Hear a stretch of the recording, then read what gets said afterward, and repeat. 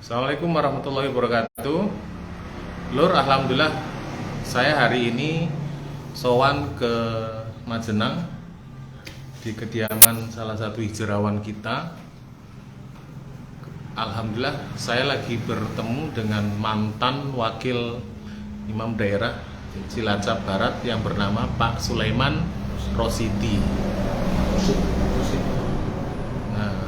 Beliau alhamdulillah sudah rujuk, bahkan beliau mengundurkan diri, bukan dinonaktifkan, malah mengundurkan diri. Apa itu kisahnya? Ya kita langsung dengarkan dari beliau sendiri. Semoga beliau bisa istiqomah sampai husnul khotimah. Assalamualaikum Pak, monggo jenengan langsung cerita Pak. Apa kisi visi misi jenengan bisa sampai rujuk? Assalamualaikum warahmatullahi wabarakatuh. Alhamdulillahirabbil alamin. Asyhadu an la ilaha illallah wa asyhadu anna Muhammadar Rasulullah sallallahu alaihi wasallam wa ala alihi wa ashabihi ajma'in. Untuk perjalanan hijrah saya ini, walaupun sudah dibandingkan dengan teman-teman yang lainnya, saya ini terhitung sangat terlambat, karena baru terhitung sekitar 15 hari lah, setengah bulan kurang lebih. Walaupun sebenarnya di dalam hati saya untuk keyakinan itu mungkin sudah agak lama, terutama keyakinan bahwa muslim yang lain selain anggota Cokam itu di dalam hati saya tetap mereka adalah seorang muslim, yang artinya mereka itu sama-sama mempunyai kedudukan sebagai orang Islam. Seandainya saya sholat di belakang mereka pun ya sah-sah saja.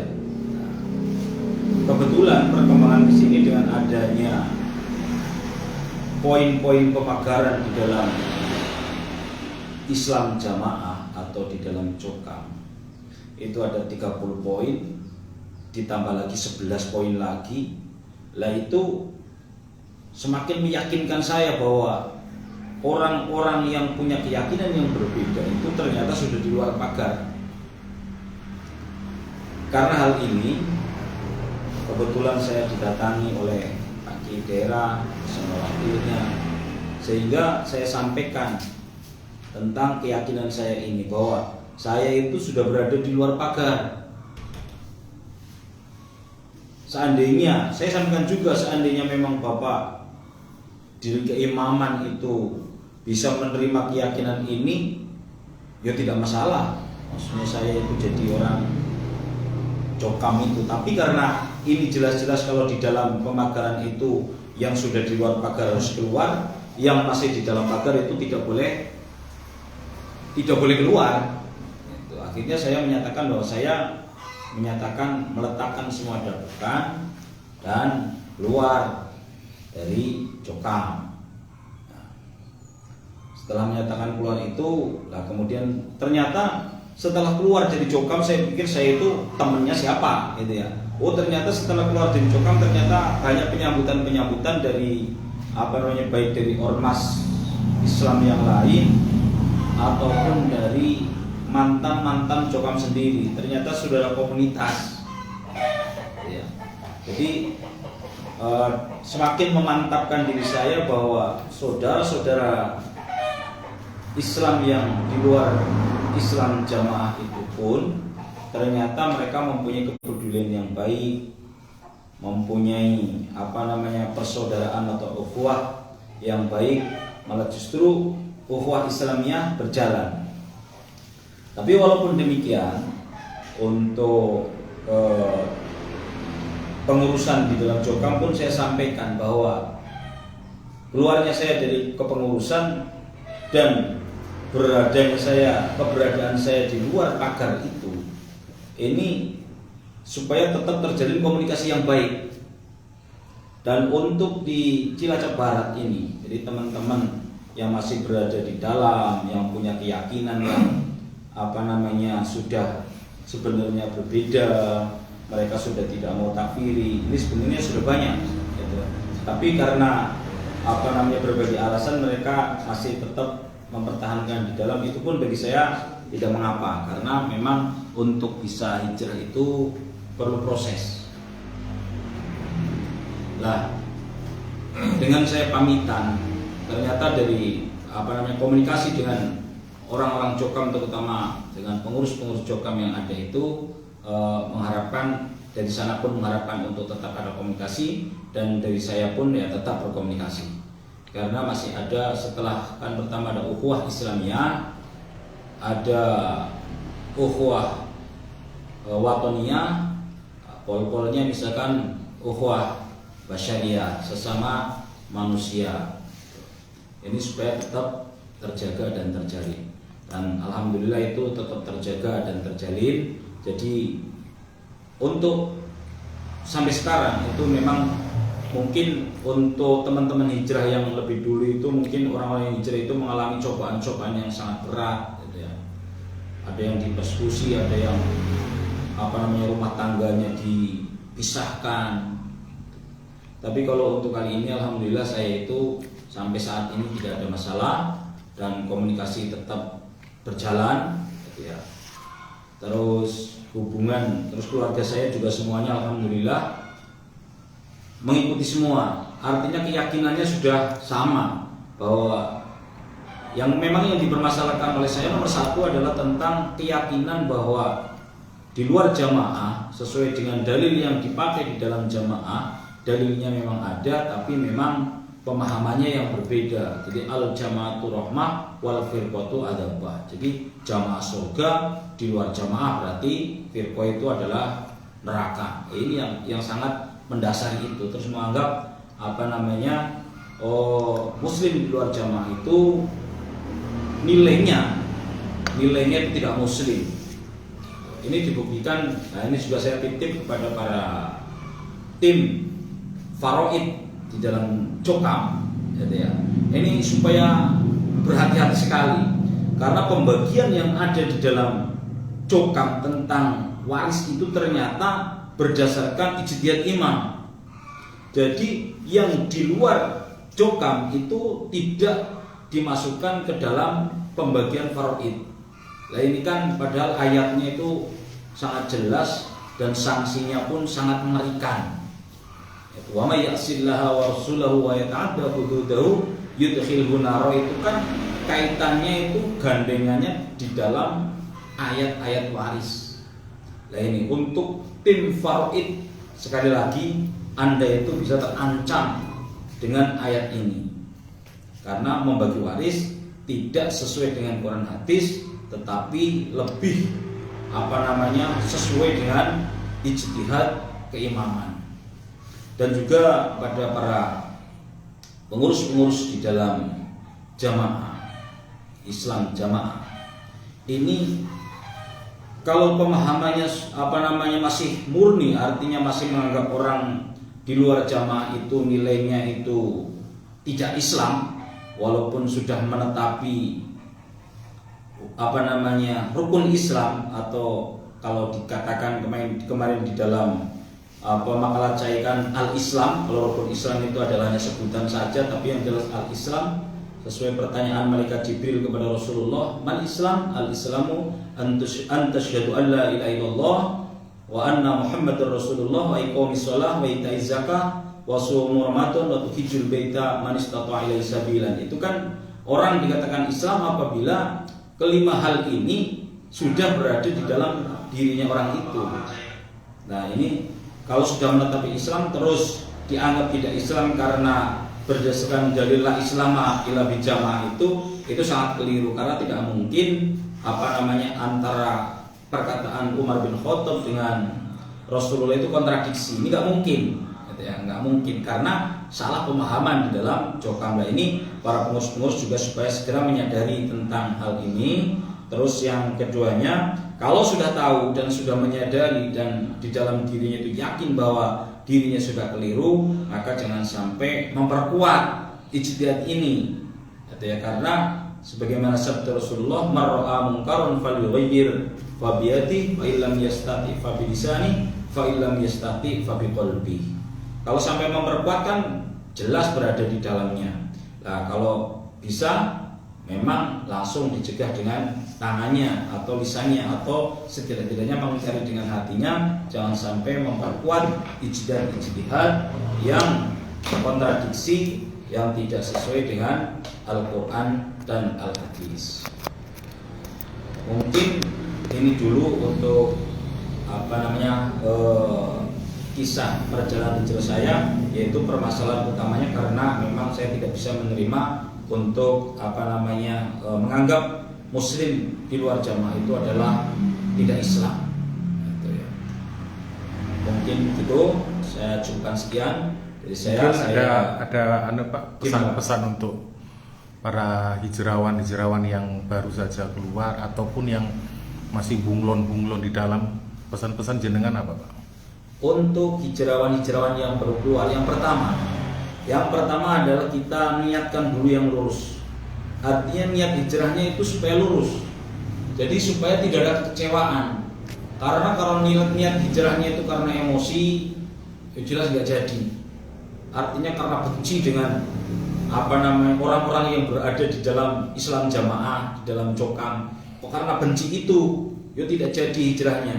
Jadi hijrahnya supaya niatnya yang lurus, yaitu ingin menjadi lebih baik, pindah dari minadz-dzulumati ila nur, atau dari kesesatan kepada jalan yang lurus, yaitu tentang terutama akidahnya. Jadi nanti kalau niatnya kita sudah lurus, misalkan ada hal-hal yang di luar dugaan, ada dikucilkan, dipersekusi, itu tidak ada kekecewaan karena memang tidak ada harapan untuk manusia, memang harapannya hanya kepada Allah. Itu untuk para hijrawan sehingga hatinya itu tambah tenang. Yang kedua, diperbaiki tentang sholatnya, terutama para hijrawan yang rumahnya itu dekat dengan masjid umum selain masjidnya Islam jamaah.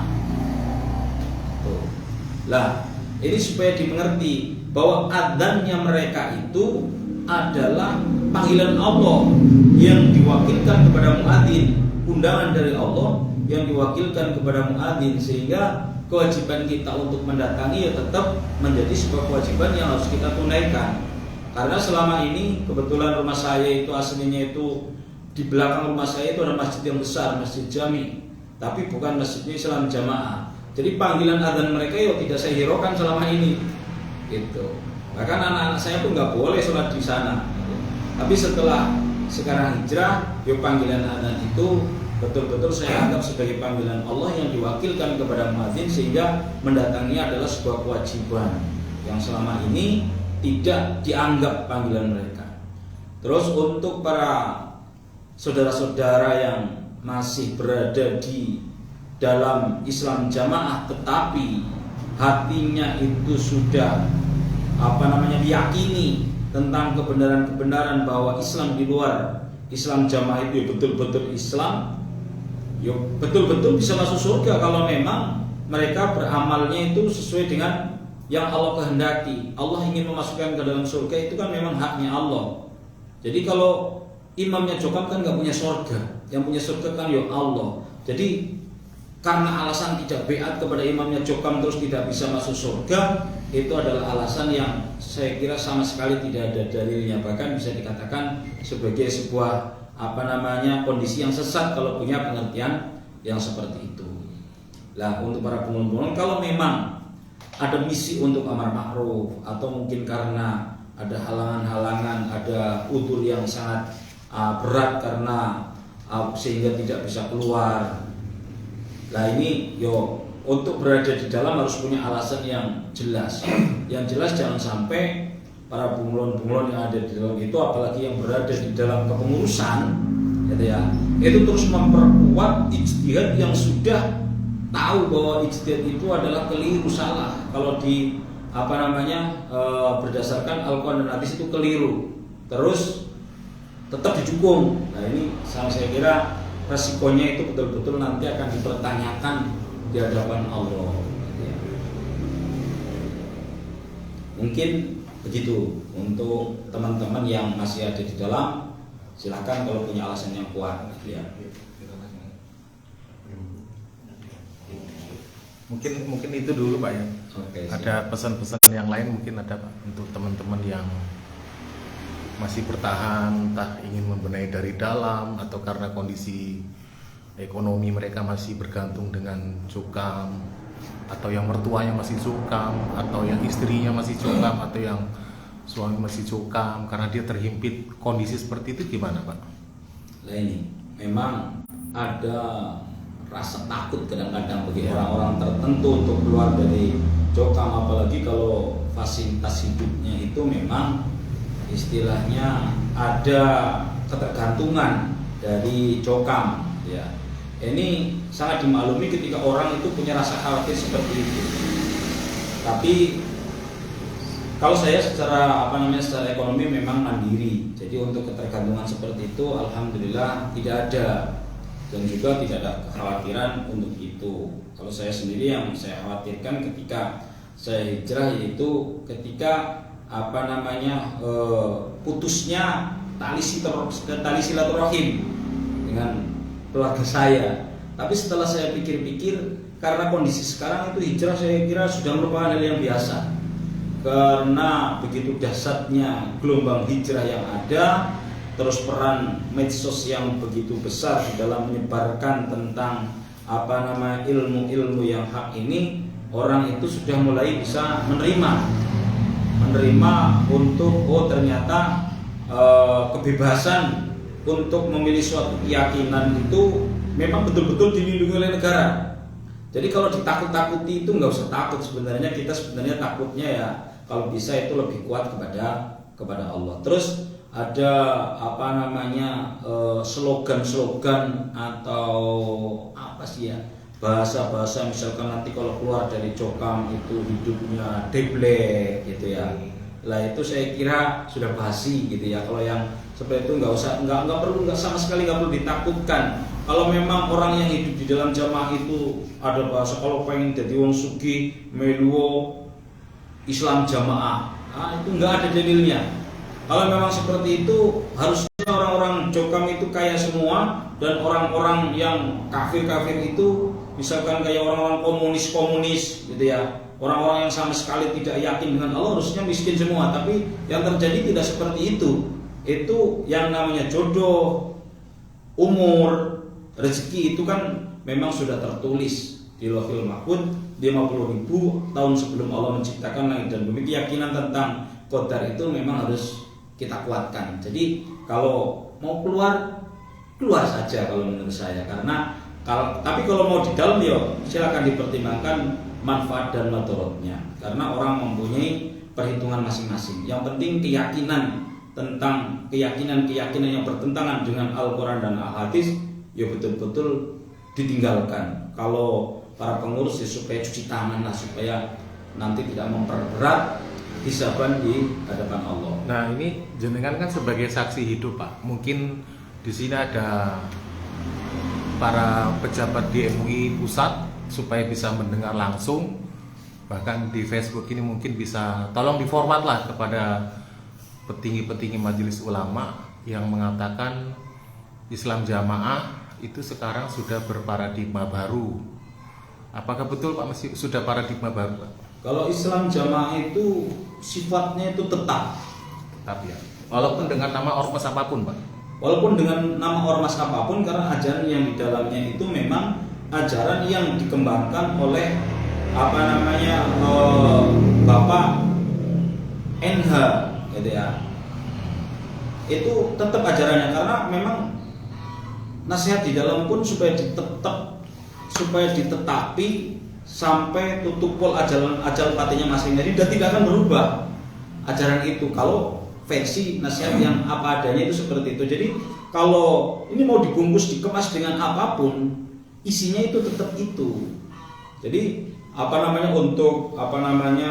dari ini kan sebenarnya memang ajaran ini sudah dilarang oleh Kejaksaan Agung sejak tahun 1971.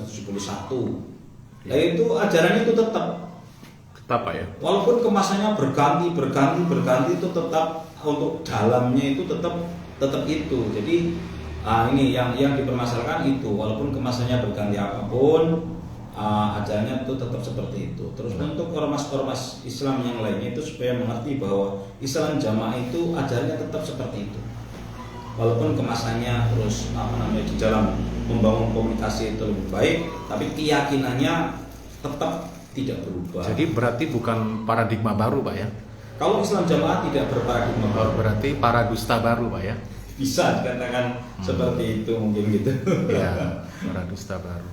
Jadi mohonlah video beliau ini, kalau ada yang tahu pejabat-pejabat MUI atau di Kejaksaan Agung di mana itu bisa di forward, nggak masalah, di copy paste nggak masalah. Saya izinkan untuk forward supaya, karena ini beliau saksi hidup satu-satunya beliau yang tahu di daerah Majenang ini, yang tahu kondisinya bahwa Islam jamaah, Lemkari, Yakari, dan nama yang sekarang itu tetap selalu akan sama dan di dalam Islam jamaah, Pak ya. Ya, itu. Jadi kondisinya tetap seperti itu karena memang itu adalah ajaran yang diyakini. Bahkan supaya dilestarikan, bahasanya dilestarikan ila yaumil qiyamah, atau ada yang membantah ila qurbi yaumal qiyamah. Ini ajaran yang tidak akan berubah. Saya kira kita mempunyai kepentingan bersama untuk memperbaiki ajaran ini, yaitu supaya keyakinan tentang bahwa Islam yang lain itu dianggap tidak Islam, karena kita sudah tahu lah bahwa ajaran Islam jamaah itu seperti itu, walaupun tapi sekarang dikemas dengan bahasa-bahasa yang lebih baik, dikemas dengan bahasa-bahasa yang lebih baik. Ketika misalkan di dalam poin-poin 30 pemagaran pun ya tidak, siapa yang kalau dikatakan takfir itu, siapa yang mengkafirkan orang lain? Ya kalau mengkafirkan memang enggak, tapi ini kan masalah keyakinan itu ada di dalam hati, dan itu tidak bisa diingkari, tidak bisa dirubah. Itu bisa dibuktikan. Saya pernah betul-betul menjalankan yang namanya pembagian waris itu. Saya tanyakan ke tim faraidnya, loh ini kenapa itu nggak dibagi? Karena pada waktu itu ada seorang anggota Islam jamaah yang meninggal dunia, seorang ibu-ibu, terus bapaknya itu masih hidup. Kalau di dalam ilmu faraid itu harusnya dapat bagian bapaknya dari wanita itu. Saya tanyakan, karena kita itu hanya membagi, ini bahasanya hanya membagi yang sudah jamaah. Kalau yang tidak jamaah itu tidak dibagi. Pol-polnya mendapat bagian itu namanya nanti itu sodakoan dari para ahli waris yang berada di dalam jamaah. Nah, uniknya lagi di Islam jamaah itu sistemnya juga ngawur faraidnya itu. Jadi yang meninggal ini meninggalkan harta 100 juta. Itu sama pusat itu di 1/40 dulu dipotong untuk jatah pusat. Nah, nanti selama beliau ini sakit sampai wafat ini berapa lama nggak persenan, itu dipotong lagi, baru dibayar utang, baru dibagi waris, dan itu pun harus ada rot. Nah, rotnya itu pun harus ke pusat. Padahal sistem yang sebenarnya faraid itu enggak, rot itu kembali ke ahli waris. Itu anehnya ajaran Jokam tuh gitu, dari dulu begitu. Jadi udah mati tuh masih suruh bayar persenan. Tuh 1/40 dipotong, bayar persenan berapa bulan nggak bayar, dan harus disisakan ada rotnya itu harus balik. Jadi batin ini piro, wis mati kok cek bayar persenan. Itu Pak yang saya tahu dari Pak Tolib, tim faraid pusat itu yang berbicara begitu. Kalau rot saya tahu, rot itu biasanya masuk sabilillah. Sekarang itu masuknya ke sabilillah daerah untuk rot ya. Iya, tapi kalau untuk yang 1/40-nya, 40%-nya itu kalau di ilmu bagi waris itu enggak kayaknya Pak. Yang ada itu di zakat ya. Kalau di zakat. Tapi kalau dari Jokam Pak Tolib itu mengatakan 1/40 dulu dibagi. Berapa sisanya bayar persenan, utang, baru bagi waris, dan itu pun harus ada rot aturan. Nggak tahu, mungkin udah direvisi kan, namanya paradigma baru. Iya betul. Jadi kalau udah paradigma baru ya dirubah lagi mungkin. Jadi gini, kalau ternyata ini untuk pengetahuan kita juga bahwa beberapa hukum-hukum atau contoh-contoh ibadah di dalam Islam jamaah ini untuk menunjukkan kepada kita saja bahwa di dalam Islam jamaah itu untuk para penganutnya yang masih ada di dalam itu ada hal-hal yang berubah memang. Contohnya tentang dulu itu kalau pengen hafalannya kuat itu kan disuruh sholat hifdzi. Lah sekarang sudah tidak ada lagi tuh. Sholat hifdzi itu sudah tidak dijalankan lagi. Terus yang kedua tentang sholat hifdzi, terus tobat, sholat tobat kalau dulu kan sepertinya betul-betul digerakkan, sekarang ada yang sudah mubalik yang di daerah itu ada yang mengatakan bahwa itu tidak boleh digerakkan. Sholat tasbih Pak ya. Sholat tobat. Sholat tasbih masih. Sholat tasbih Masih. Sholat tasbih itu biasanya enggak kalau digerakkan enggak, paling untuk kafarat tobat itu biasanya. Kan umat di luar Islam jamaah mengatakan, itu yang biasanya kita ke masjidnya suka dipel lagi ya. Apa masih itu Pak? Kalau itu enggak. Kalau itu sebenarnya enggak. Kalau untuk dipel lagi itu enggak, karena saya tahu betul di dalam capek itu kalau kayak gitu. Nah kalau misalnya jemurannya diambil lagi, dicuci lagi itu masih? Lah itu personal. Itu personal iya. Karena kalau yang keyakinannya bahwa orang lain itu tidak bisa bersuci, tidak bisa toharo, tidak bisa istilahnya bahasanya itu tidak bisa cewek, bahasa Jawanya itu ada keyakinan-keyakinan yang seperti itu. Itu biasanya sangat tergantung dari gurunya masing-masing. Itu. Nah, untuk bahwa keyakinan ini gini untuk pesannya juga ya, bahwa yang melatar belakangi kenapa saya juga kurang yakin juga tentang sistem keamiran di dalam jamaah, yaitu gini. Jadi kenapa Islam yang sebelum ada jamaah di Indonesia kan tidak dianggap keislamannya? Karena keyakinannya bahwa gurunya, gitu ya, guru nomor satu perantara tunggal kalau dikatakan seperti itu, imam yang pertama itu. Jadi datang ke Mekah di sana sekitar 10 tahun kurang lebihnya, gitu ya, atau 11 tahun. Itu berguru mencari ilmu di sana, bahwa pada saat itu adalah lagi murni-murninya. Sebelumnya juga dianggap kurang murni, tidak murni. Pada waktu imam yang pertama itu di sana pas murni-murninya, setelah dia pulang juga dianggap sudah tidak murni lagi. Nah ini kan sebuah pemikiran yang kalau menurut saya nggak masuk akal. Kenapa sebelumnya kurang murni terus jadi murni, jadi tidak murni lagi? Lah kalau memang kemurnian sebelumnya itu sudah tidak terjaga, kan sudah tidak ada kemurnian lagi. Yang jadi pertanyaan saya Pak, Madigol pendiri Islam Jamaah ini kan berguru di Mekah kan nggak sendiri, muridnya kan banyak. Masa cuma dia toh yang paling murni, lainnya enggak? Itu kan jadi bahan pertanyaan saya Pak. Lain ada teman saya juga ini yang kemarin sudah, kebetulan dia itu lagi ambil S2, kemarin ngobrol sama saya. Ini masih ada di dalam jamaah ini orangnya, jadi nggak akan saya sebut, gitu ya.